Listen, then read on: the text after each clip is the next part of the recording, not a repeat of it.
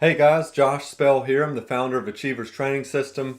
I want to welcome you to the next audio training bundle that we're doing. This is called Ascending Bundle. And for those of you that listen to the Foundations Bundle, that was really a series geared to lay a foundation for success to anything that we teach here with Achievers. If you're going to go build a building if you're going to erect a skyscraper down in Charlotte, you're going to spend probably 80% of the time that you spend building that building on the foundation. Have y'all ever seen how that works? There's a lot of work being done and nobody can see anything for a long period of time, and then boom, 1 week later, there's a big structure, there's a big building. Success works the same exact way in your life. So, for those of you who are joining in from surrounding states, Achievers is starting to catch on. Okay, there's more and more people starting to plug into these audio trainings and work with me one on one. But for those of you who are listening, maybe you're from South Carolina, from Virginia, or from Tennessee, we want to welcome you to tonight's training. We're going to cover something that is taught by some of our country's leading mental coaches tonight. And the first bundle that we did, I really focused more on success stories. That's to get you guys inspired and to just learn how to approach things and avoid certain things that other people make mistakes at. But we're going to do less success stories in this bundle and more training. So we'll go ahead and get right into it. There was a very talented junior player who was looking forward to his career in college. Okay. He had official visits at Boston College, at Virginia, at Duke, and at Stanford. After careful consideration, he decided to play for the Boston College Eagles. Now, before and after every single practice, this guy studied film religiously, like it was his job. Like he would work hard in practice, but before and every single day, he would just watch and study film. He knew that there was something missing that would put him about a step and a half ahead of every offense that he would ever face in college.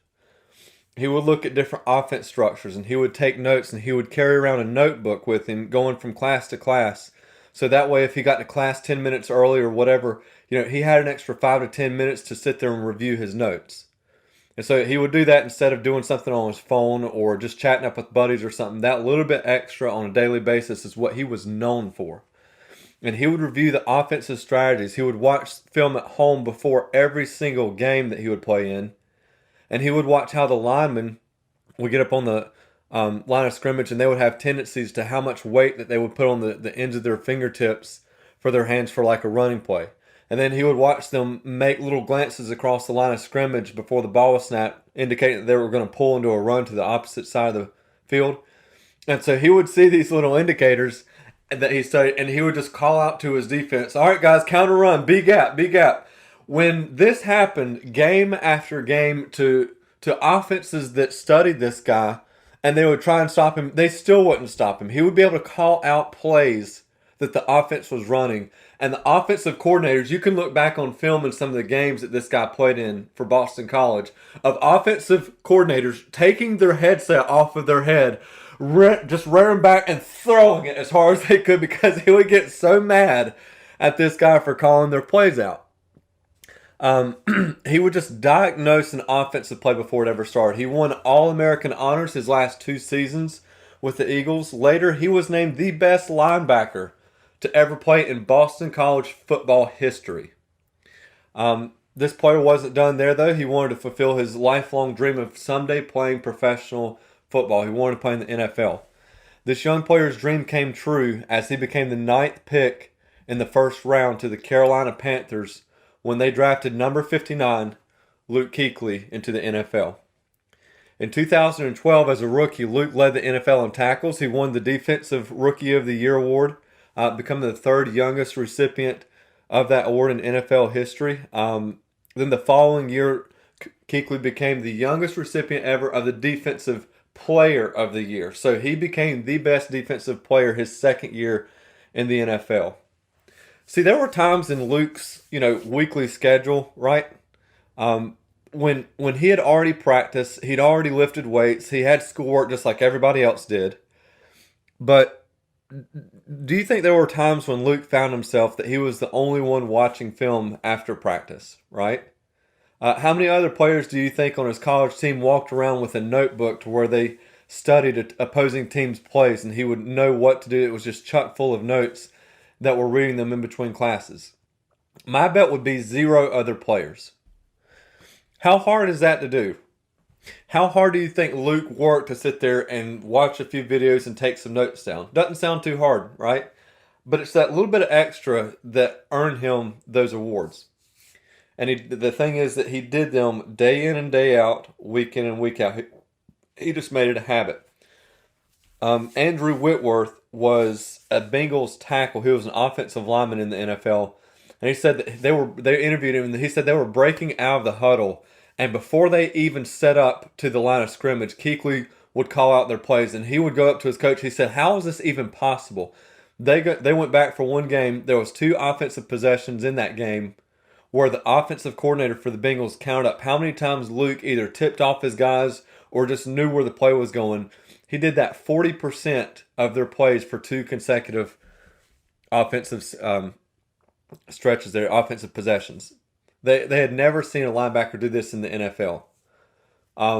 This led to November 26, 2015. The 2015 Carolina Panthers went into Thanksgiving Day to face Tony Romo and the Dallas Cowgirls. So they went in there, and it was their record was 10-0. So fantastic football team, but a lot of that had to do with Kuechly's leadership in the defense. Tony Romo was halfway through this game. He saw man coverage. He audibled to a route combination. Kuechly picked up on this audible and immediately changed the defensive structure to zone defense. See, he had watched this particular series of offensive plays, and he knew exactly what he wanted to do on this play. So he changed the defense. The ball was hiked, and as he started, he started sliding back out of the picture and just kind of drifting back away and out of Romo's sight. And then one receiver just started darting across the middle, just like you knew was going to happen. And before Romo even got rid of the ball, Kuechly was just on a sprint. And hey, he had that step and a half on the offense. He fought for that step and a half on the offense when he was watching film and he was practicing on a weekly basis. He was earning that step and a half on the offense whenever he was taking notes and reading those notes in between classes. You know what? He got a step and ahead of that receiver, pick 6 for the touchdown, and he credits that to all the work that he did getting mentally prepared for the game. The very next offensive play for the Cowboys is Romo drops back, tosses it up in the air, and it finds the hands of number 59, Luke Kuechly. Once again, it was back-to-back plays on Thanksgiving Day, back-to-back interceptions. I wanted to cover this story not so much because this is a story of a football player, but because this is a story of someone who understood the absolute power of total mental preparation before he went into a game and becoming a total master of his craft to the highest degree in the sport that he played. Guys, here's a statement I want to say, okay? Success leaves clues. And some of you might be thinking in your head, well, that's all well and good for Luke Kuechly, Josh, but we're over here playing golf, okay? We don't have offenses to run or to study, and the only swings or the only videos that we're studying is those of our swing, and we don't need to start looking at that every single night. No, that's not what I'm saying at all, I want to teach you guys a concept tonight that is similar to, so for what videoing and reviewing video is in the NFL, there are circles of high-performing players in the game of golf that exist in college golf primarily, but mostly in professional golf, that they do this one thing that other players don't do, and it's called journaling. And they'll journal after they take a lesson, they'll journal after they practice or play, and they'll journal after they play in a tournament. Journaling is a concept that is not only taught by myself, but some of the most renowned mental coaches in the country. I'm talking about mental coaches who teach this stuff, and they will charge you $2,000 a day to work with them. I'm talking about mental coaches that you go to work with them and you get to stay 2 days with them and you're going over all of this stuff. I'm not discrediting their work. They do phenomenal work. I've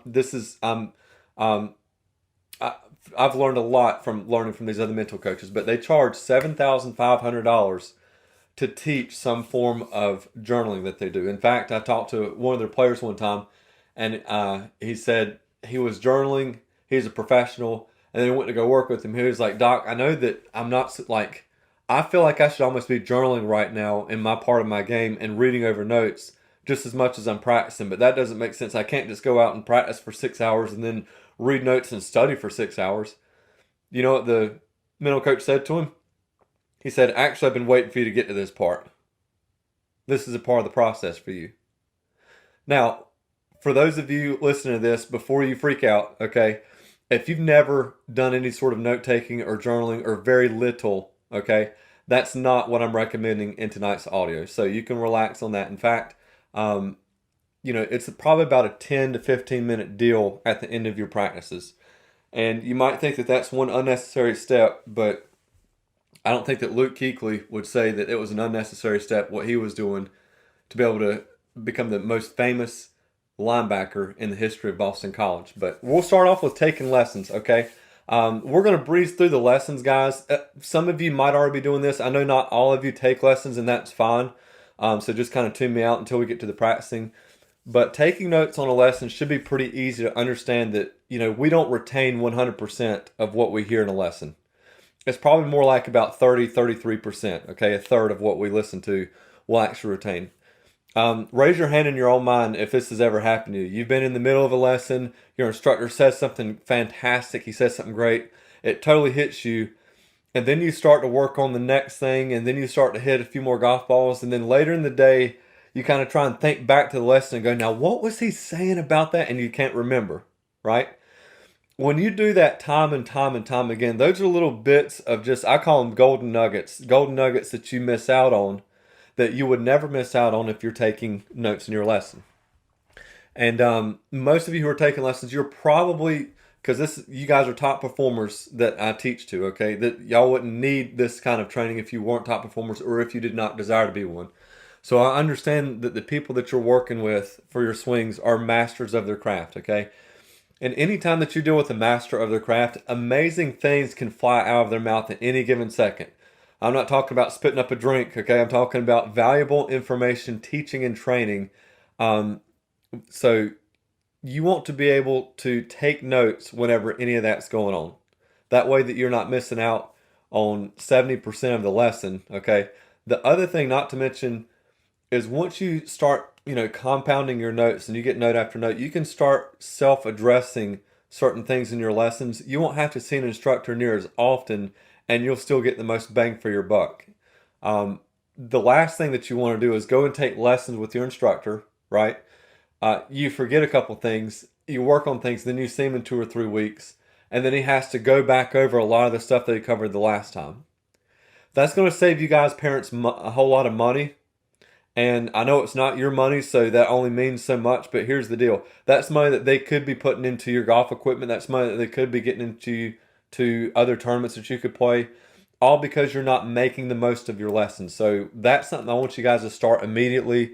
And you could do that in a notebook. You could do it on your phone. For me, I always take notes on my phone, anything that I'm doing, and then I'll go and put them in a specific notebook when I get home. But be thorough in your note taking. Again, this isn't like you spend half of your whole lesson doing this stuff.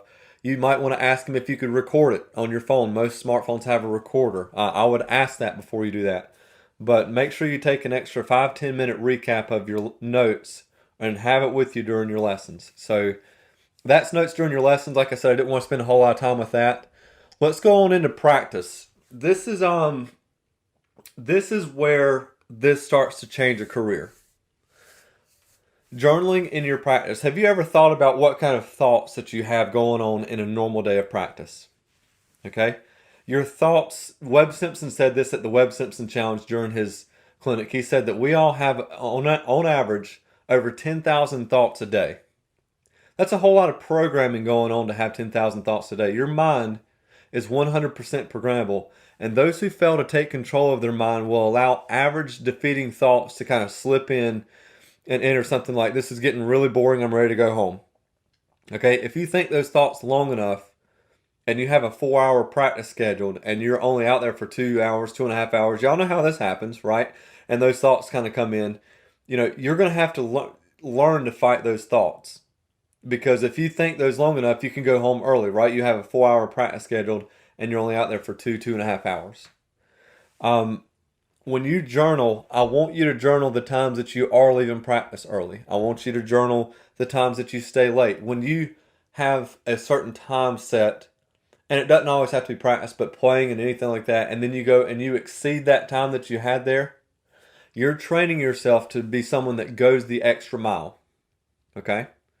It can get kind of mundane sometimes. Golf is boring sometimes. Practice is definitely boring sometimes. But if that's you, I want you to say this: it doesn't always have to stay that way. It takes a lot of training to get inside the top 50 players in the NC Junior Boys rankings, right? And the same thing to secure, a scholarship to play on the top-rated college team that you want to go to. And here's the cycle I see a lot of junior players do. Tell me if this sounds familiar. You go to school, do the best you can there. You go to practice or you play a little bit. We go home, do homework, go to bed. Then we wake up and you go to school, go to practice, go home. Lighter night of homework, so you get to goof off a little bit more. Yay! And then we go to bed, and then you wake up and you go to school and you play that day. Then after you play, you practice a little bit, and then you go home and you do homework and you go to bed. Does this sound familiar? Like, I know you can just get caught in this rut. And this is one of the parts that sucks. Guys, it doesn't matter how much you love anything in life. If you want to become a top performer, you have to do things you don't want to do. You have to work your way out of a rut. What I'm doing tonight is giving you guys a tool, a weapon to overcome boredom.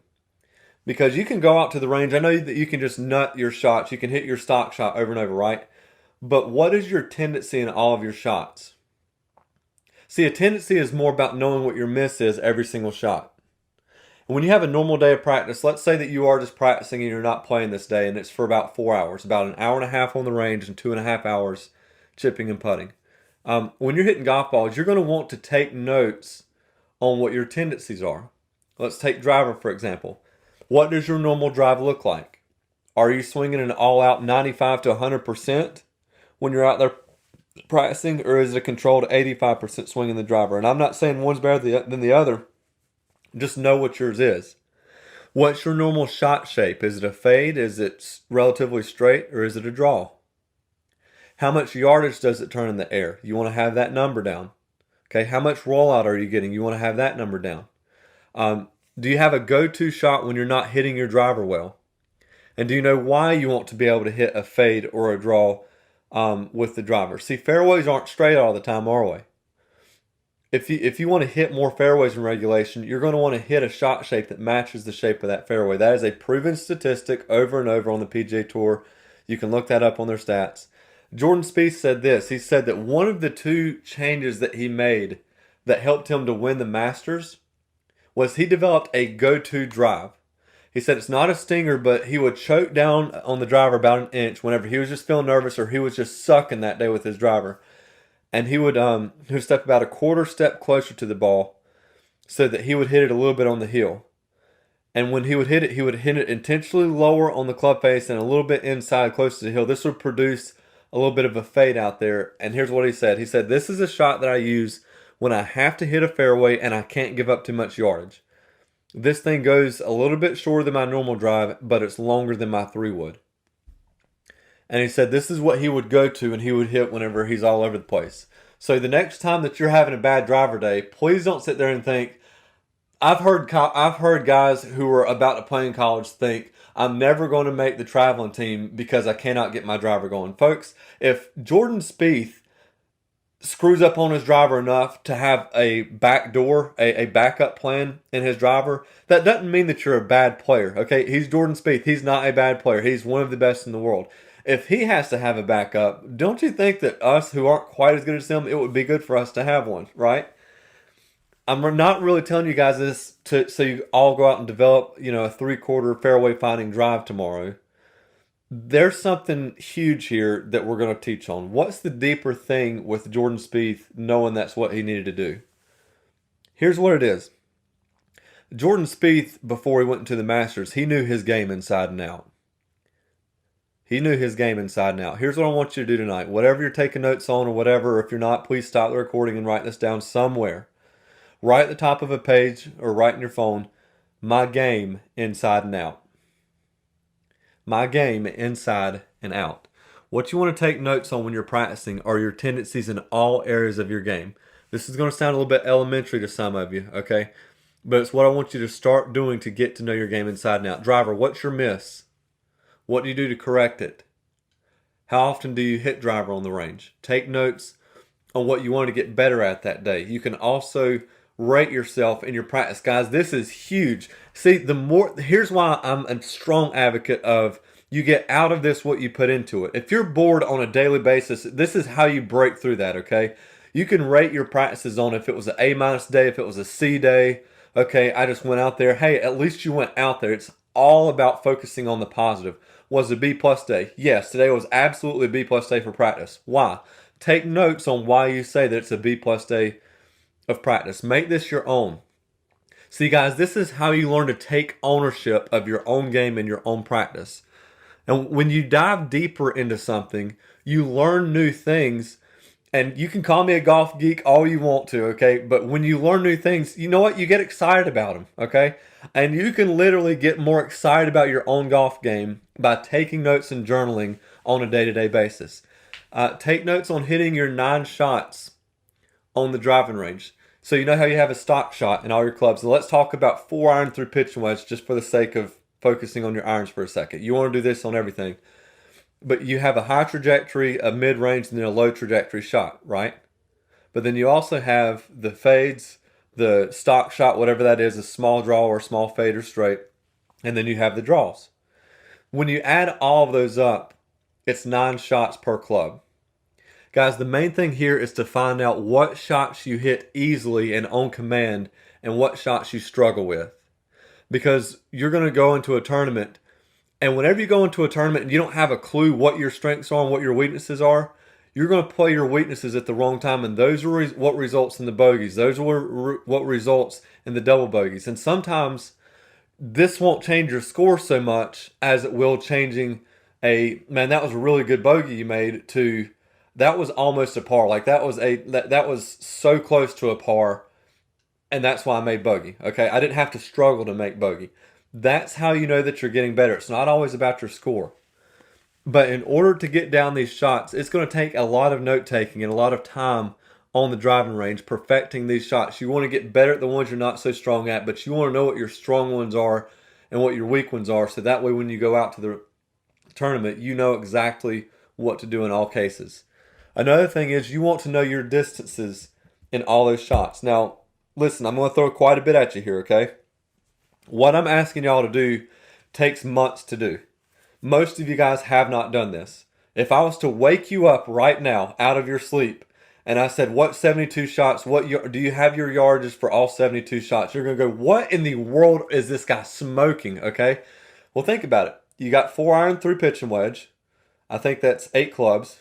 I hope it is. Please don't count it up and then make fun of me. Let's just say it's, let's just pretend it's 8. But you've got 9 shots per club. So let's say a 6-iron. You've got the fade 6-iron. You've got the stock 6-iron. You've got the draw 6-iron. Hang on. Fade. Shut up. You've got 3 shots in your 6-iron. Whatever your stock shot is, the fade and the draw. But then you've got 3 different trajectories. So you take that 3 and you multiply it by 3, and that's 9 shots. What's 9 times 8? You've got 8 different clubs there. It's 72. See, here's the thing, guys. You want to have the distances down, and you want to have how much rollout that you're getting. We've got technology all over the place that can track this, and if you don't have access to that, you can get out on the range and learn this. You can get on the golf course and learn this. But I'm talking about when you get to know your game, like Jordan Spieth knows his, inside and out, you will know what distances all these things are going. I should be able to wake you up at 4 o'clock in the morning in the middle of a dead sleep. I probably won't ever do this unless your parents pay me a whole lot of money to do that. But I should be able to wake you up out of your sleep. Man, how high or how far are you carrying your high cut 6-iron? Boom, you got the answer right there. What do you think would happen to your confidence? You would be soaring. You would be soaring. So, but this, guys, takes a lot of time, okay? So you don't have to do all this at once. You just want to simply start looking at these things when you're practicing and playing. Chances are if you're listening to this audio tonight, you're a committed enough player to your game to where you're doing the practice to where you just want to take a couple of these shots, take 2 or 3 shots like a draw 8-iron and 9-iron, and really go out on the course and focus on how far those are going each day or whatever your stock is, and then keep changing that up. But y'all practice enough to where over the next 3 months, you're probably going to have a pretty solid grasp on how far each of your 9 shots are going in all those clubs. And not only will you get to know your shots inside and out, but when you take notes on all this stuff, it's a new habit, and habits create new habits. You'll be taking notes on how far this stuff is going, but then also you'll be able to jot in course management notes and knowing where to hit it and where not to hit it. All over the course. You can do this on your home course, and you will feel like you're playing a brand new golf course. So that's all in your notes and taking for your practice, okay? Taking notes when you play. This is getting good, guys. This is gold stuff right here. I hope that y'all are getting something out of this, okay? Course management. Course management takes years and years and years to get great at it. I was talking to a pretty prominent D1 coach the other day, and he just said, Josh, I'm concerned about my guys' golf IQ. I said, okay, elaborate. And he was talking to me mostly about course management, okay? When you take notes, is that going to help or hurt your course management? Here's what that does. That is like throwing a turbocharger on the time that it takes it shortens that up so much because you can go back and, hey, Luke Kuechly, just like he did, in between plays, in between classes, having a notebook. Josh, I don't see anybody else doing that. I know that's why you'll get ahead of a lot of people doing this. Every time you play golf, you're going to want to take notes on how you played. What was my best shot? Find out something about course management. Why did I hit the bad shots? Was I fully committed to that shot? Did I stay in my routine? Do I have a pre-shot routine? How was my attitude for the whole round? How did I feel for the whole round? Again, I'm just giving you guys some pointers. I want y'all to be writing these down and just try 1 or 2 a day, okay? What's something that you learn new every day? Tiger Woods was on this more. You listen to him and he talks about this all the time. I wanted to learn something new every time I played golf. Man, come on, Josh. This is just golf. We're going to have to turn in a paper or something when we get done playing? This is borderline stupid. Is getting the most out of your day of practice stupid? Is being the most mentally prepared person in the next term that you go into a waste of your time? Or is that making the most of your time? Your future college coaches don't think that this is a waste of your time because they have asked me specifically to start teaching this to junior golf in North Carolina. Luke Kuechly didn't think making the most of an opportunity was a bad idea when he made history of becoming Boston College's top-rated linebacker. And guys, you don't know how you're going to develop in this game. I wish that y'all would have bigger dreams. I wish that y'all would look at your college career that's coming up. You know what? Screw it. I am going to try and be player of the year. I might not want to play professional golf, but I will do something in college golf. I can be my team's #1 player. I can lead us to an ACC championship. There's all sorts of things. There's player of the year. There's academic All-American things you can do. There's playing All-American awards that you can win. And do you think that won't look good on your resume? All of this stuff is about building up what kind of a life you want to have, right? And when you're journaling after your rounds, it's huge. This is the fast track to understanding your game inside and out. And it's masters of the craft in your future, like your future college coach of your dream school. They can tell players who journal and players who simply don't just by talking to them, just by asking them questions. Hey man, what's your shot pattern? Okay, well, what's your miss? Well, I've been hitting it good. I don't really have a miss. Guys, that's not what to say to a college coach. That just means that you're not on top of your game. Every great player has a miss. Here's another thing all juniors, all of you guys can do in your practice round. So play one round without going for a single pin. And here's why you're going to want to do this. Every shot that you're aiming for the middle of the green, hit your stock shot. And you play enough rounds to where you can afford to do this, okay? You want to play about a round or 2.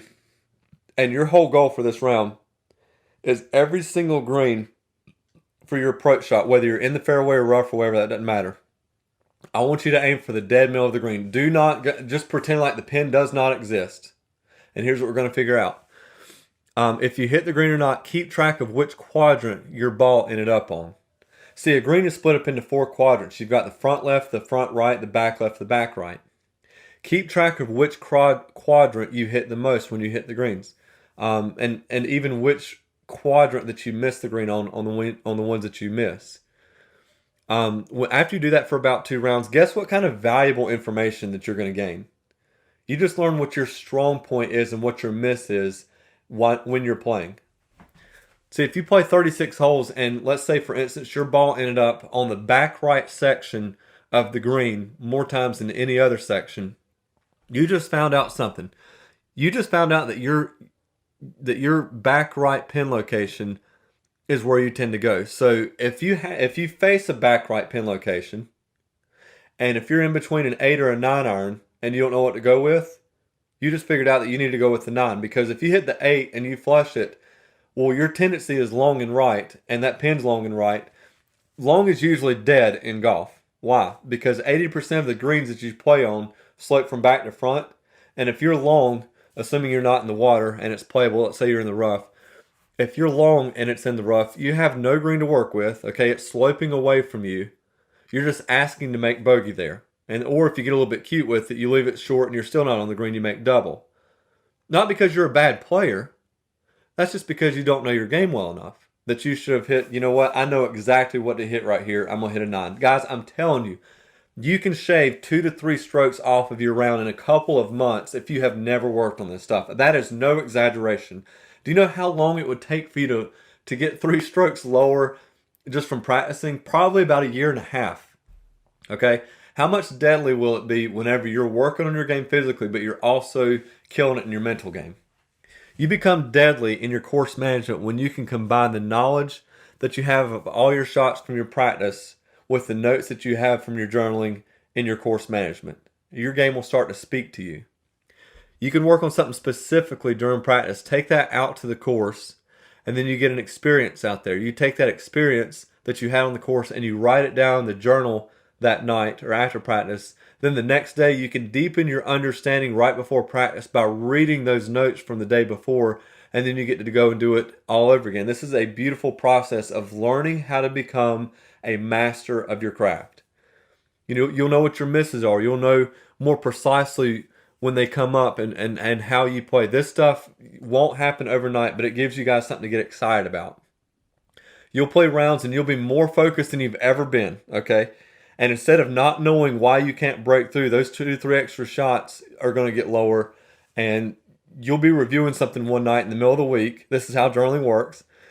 And all the answers will just kind of start to jump at you off the page from your last round. I'm telling you, if you have never journaled, this is exactly how this works. Then all the extra work that you've been putting in will pay off by having the best tournament finish ever. Your parents are going to go, what exactly happened here? And you'll go, man, I learned what my tendencies are. And just on some parts of my game.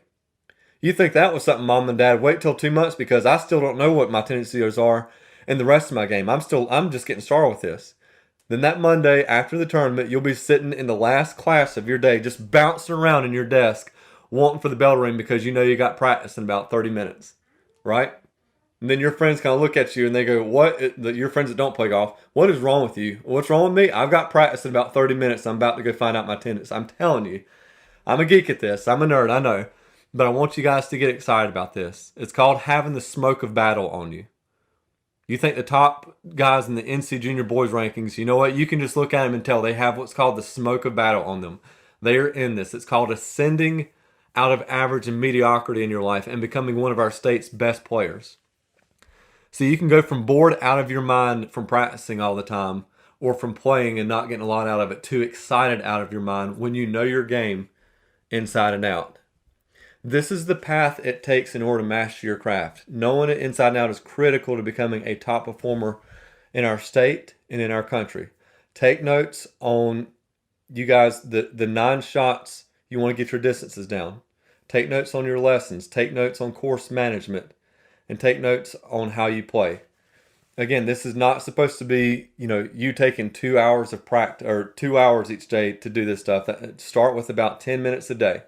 If you've got a 4-hour practice, that's no time whatsoever. I think that's like 3% of that time. You're allowed to journal more later, or you start off, but I wouldn't recommend, eating up your practice time to do this. So for all of you who are still in the recruiting process, I want to mention one more thing here, and we'll be done. You've got all of your ducks in a, let's say that you've got all your ducks in a row to go and visit the school that you really want to play at. And your scoring is close, but it's not quite there when you go on a visit, okay? That's you visit the school, it goes great. You're not sure where the coach is with you, okay? But you did your part. You researched the facility. You researched the players on the team, so you're familiar with all that. You had a great conversation with him on that. And your scores are close, but so are 4 and 5 other guys who are all fighting for that same spot on that roster, that last spot that's on that roster. And here you are trying to get recruited with them. And then you pull out this old, just ragged, just beat up spiral notebook. Okay? And you've used this thing all over the place. It's been in your room. It's got Cheetos on it. It's been in tournaments that you've played in, just reviewing it in your car. There's smeared ink on pages from where it's rained on it when you had it out by the putting green. And it is just chock full of notes. There's little bits and little treasures, little nuggets of you figuring out your game over the past 9 months, over the past year. And you go on this visit and you go, oh, hey, coach, almost forgot. Here's something else I wanted to turn into you.